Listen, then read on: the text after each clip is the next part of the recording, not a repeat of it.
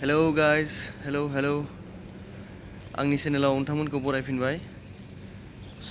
नोंथांमोना आंनि थाम्बनेलाव नुखानाय बायदि नंगौ फादारखौ ICU आव दोननाय जादोंमोन सानसे।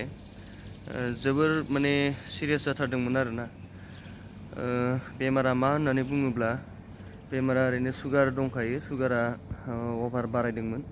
लोगोसेनो निम'निया दंदेरो आरो निम'निया माने गोदोर निम'निया दङ होनना बुंदों।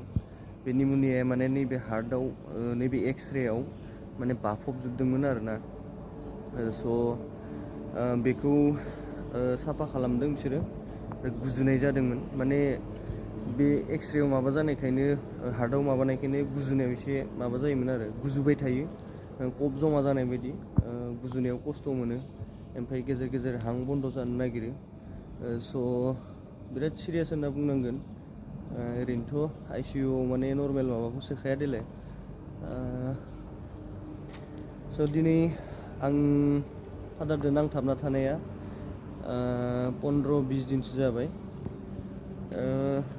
फार्स्ट टाइम जोंनि बे हस्पिटालाव लाबोआखैमोन आरो माने खुस्रहा ना मा होनो बेखौ, खुस्रहा नलबारि, नैबेयाव जोङो थाफैनाया 6 दिन नङा सानबा जाबाय। ओमफ्राय आगोलाव जोङो मसलपुराव खिन्थिदों, ओमफ्राय भागरावबो ओरैनो टेस्ट खालामदोंमोन आरो बायदिसिना रिपर्ट ओंखारनायाव आरो गोबाव जाबावदों भागराव। भागराव लांथ'वासै, ओमफ्राय मसलपुराव लांदों। मसलपुराव बेनि स्पेसिलिटि माबा गैयामोन आरो मोजां डक्टर ओरै गैयामोन। ओमफ्राय फार्मासियावनो नायनायसै स्वर्गियारि सारनियाव, सचिन स्वर्गियारिनियाव नायनानै बिथाङा हरनै माबा खालामनानै नायनानै जेनेबा नैबेहाय रेफार खालामहरदों। बेफोरखौ दा बुंनायनि जाहोनानो जाहैबाय माने सोरबाफोर नोंथांमोना बेफोरबायदि बेमारनि माबायाव गोग्लैयोब्ला जेनेबा आङो नैबे हस्पिटालखौ एसे बुंनो सानगोन आरो मोजां ट्रिटमेन्ट खालामदों डक्टरा, मोजां डक्टर दङ होननानै बुंनांगोन। बेहाय दा डक्टरा जोंहानि बेमारिखौ नायबाय थानाया गुनजित कलिता सारा नायदों आरो बिथाङा बुंदों एसे टाइम लागोन खिन्थु हामगोन आरो होननानै फार्स्ट लाबोखालिनो बुंखादों। ओमफ्राय आंथ' जोबोर गिनायसो मोन्दोंमोन माने ICU आव सोलायनांगोन होननानै। ओमफ्राय ICU सोनायावथ' आरो मा जायो मा जाया होननानै आं जोबोर गिनाय फैदोंमोन। दाबो जेबो नंथ'ला, दिनै जोङो रिलिज लानाय जागोन खोमा। ओमफ्राय दा बिलाबोथ' जोबोर माने खारखासिगोन दा बेहाय 70-80 नि गेजेराव थांनांगौ आरो दा फैसाफोरबो ओरै गैखायाना। जायखिजादोला माबा मोनसे खालामनांसिगोन लोगोफोर। दा आङो दिनै भिडिअ बानायनायनि जाहोना बेनो जे फादाराबो जोबोर सिरियास जादोंमोन आरो ICU दङ मायबायाव दङ, बेफोरखौ एसे माने आंनि दा नै गोदान एक्सपिरियेन्स बियो माबायदि फिलिं जायो, ओरैबायदि माने गिनाय मोन्दोंमोन, फिलिंआनो बोरैबा जाखादोंमोन आरो। एसे नोंथांमोननोबो जेनेबा खोन्थानाय बायदि जाबाय। गाइस, नैबे माने माबानि आरो हस्पिटालनि टप फ्ल'र बियो। टप फ्ल'राव फैनानै बानायफैदों आं भिडिअखौ। सिङाव बांद्राय गरम मोन्दोंमोन आरो माबाफोरा फेननि माबाजों साउन्डआ बोरैबा जाहैगोन होननानैनो नैबेयाव हारसिं माबानायखाय बेहाय गोजौआव आं बानायफैदों भिडिअखौ। ओमफ्राय दा बेमारिया एसे हामबाय, माने दुरबलल'सो दंसै आरो बाखि माबाफोरा नैबेयाव हार्टआव माबा जमा जादों होननाया बे साफा खालामगासिनो, बेखौ एसे साफा जाबाय आरो लोमजानायाबो खमायबाय। एक्सुवेलि बे बेमारा बांसिन माने सानजौफुनि 2टासोनिफ्रायसो जाहैयो आरो बांसिन जाहैयो मोनायाव लासै। बेखिनि टाइमाव माने एसे मोजाङै साबधानै थानांगौ आरो बाखि फुङाव एसेबां प्रब्लेम होआ।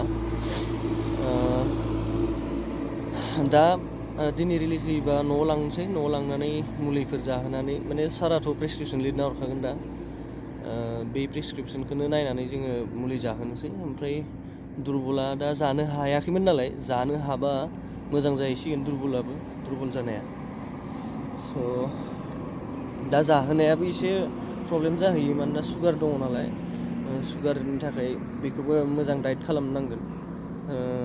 मोजां डाइट खालामनायजों लोगोसेनो माने माबाखौबो प्रटिन माबा थानायखौबो जाहोनांगौ जाहैगोन गेजेर गेजेर एसे उल्टा पाल्टा जाहैयो जाबाथाय मोनसेनि थाखाय गाज्रि जायाबाबो आरो दुरबला बारा जायो बिदि बहुद प्रब्लेम जाहैदों आरो जायखिजाया आरोना बेमारिया एसे मोजां मोनबाय ICU हाबदोंमोनब्लाबो हरसेनि थाखाय हाबदों ओमफ्राय जों केबिनाव दिनै सानबा जाबाय ICU सानसे हरसे थाबाय केबिनाव हरबा जाहैबाय जोङो स' बेखिनियानो लोगोफोर दा माबाफोर जुदि नैबे हस्पिटालनि बाथ्रा एसे सोरबाफोर जुदि सोंनोब्ला कमेन्ट खालामबानो जाबाय कमेन्टआव एसे सोंहरजागोन आं रिप्लाय होगोन जायखिजाया नलबारिनि आरो खुस्रहा होननाय गोदान हस्पिटाल मोजां नांदों एसेबां बेया नङा आरो दा मेन बाथ्राया दा बिलावसो देनाय बेसेसो लायो लानायाबो एसेबां ओरै माबा नङा होनदो केबिनाव 2300 लागोन होनदो आरो ICUआव 5000 होनना बुंदों दा बेखौ गासै बिलखौ आं नायजोबाखै दिनै रिलिज होबा खोन्थिजोबगोन बिसोरो ओमफ्राय लोगोसेनो कर'नानि बाथ्रा लिरदों आं बेहाय कर'ना नामा होननानै ओमफ्राय कर'नाया ओरैबायदि जाहैदोंमोन एक्सुवेलि जोङो नलबारि माबानिफ्राय इउनाइटेडआवबो देखायदोंमोन इउनाइटेडआव देखायखांनानै माने बेहाय फैसाया बारा थांगोन होननानै गुवाहाटियाव लांदोंमोन आरो ESIC कार्डजों माने फ्रियावनो नायनो होननानै खानापारानि माबायाव मेट्र' सिटि हस्पिटालाव फंबायनि SIC दंमोन नालाय कम्पानियाव मावनायनि ESIC कार्डजों ओजोंहाय रेफार खालामनानै लांनाय उनाव माने मेट्र' सिटियाव ओरैबायदि जाहैदों दसे खमाय बिसोरो दसे माने 1 घन्टासो बिसोरो AC रुमाव सोना दोननानै मानसिया बडिया थान्दा जाजोब्बाय दा ओमफ्राय फार्स्ट टाइम बिसोरो कर'नाखौ चेक खालामग्रोबाय ओमफ्राय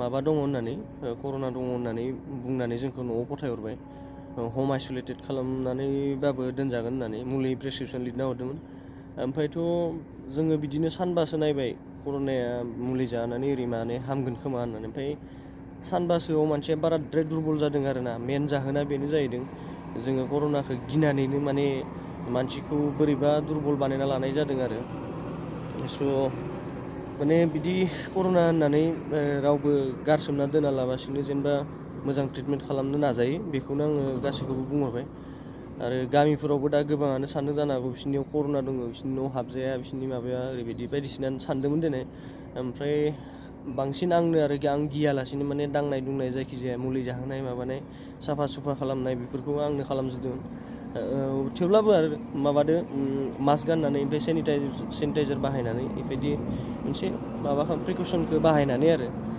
ओमफ्राय जोङो जेब्ला नैबेहाय लाबो खुस्रहायाव लाबो बेहायबोथ' टेस्ट खालामदोंमोन टेस्ट खालामनायावथ' बेहाय माबा ओंखाराखै पजिटिभ ओंखाराखै आरो नेगेटिभसो ओंखारदों स' माने दा बे बाथ्राया थार नंगौ ना नङा सोरबा नंगौखौसो बुंनाय ना नङैखौसो बुंनाय दा बे माबाखौ हस्पिटालाबो खायसे माने बायदिसिना जाहोननि थाखाय बा बानायनोबो हागौ बाथ्राखौ स' बिदि बुङोब्लाबो गिनानै जेनेबा दाङालासिनो थानाङा आरोना मानसिखौ मोजां ट्रिटमेन्ट खालामनो नाजाबानो जाबाय दा आंनि गोसोआ माने दिनै ओरैबायदि मोजां मोनबाय जे एसे बेमारि इमान सिरियास बेमारिया हामदों ओरैबायदि आरोना जायखिजाया लोगोफोर नैबे हस्पिटालनि बागै सोंनोब्ला एसे कमेन्टआव सोंजागोन ओमफ्राय सोरबाफोर गोदान फैदोंब्ला साबसक्राइब खालामदो आंबो माने भिडिअफोरा फैबाय थासिगोन दा मोनसे फ्रि जासिगोन नालाय दैज्लाङावबो गायनाय फुनायनि बेस्थ' थाबाय ओमफ्राय दा नै हस्पिटालनि माबायावबो 20 दिनसो जाहैबाय गिदिंनाया बेमारिजों स' दाबा एसे फ्रि जासिगोन भिडिअफोर फैबाय थासिगोन स' साबसक्राइब खालामदो लाइक शेयारखौथ' आरो मोजां नांदोंब्ला होदो दे जायखिजाया दोनथ'दो नेक्स्ट भिडिअआव लोगो मोनलायनोसै लोगोफोर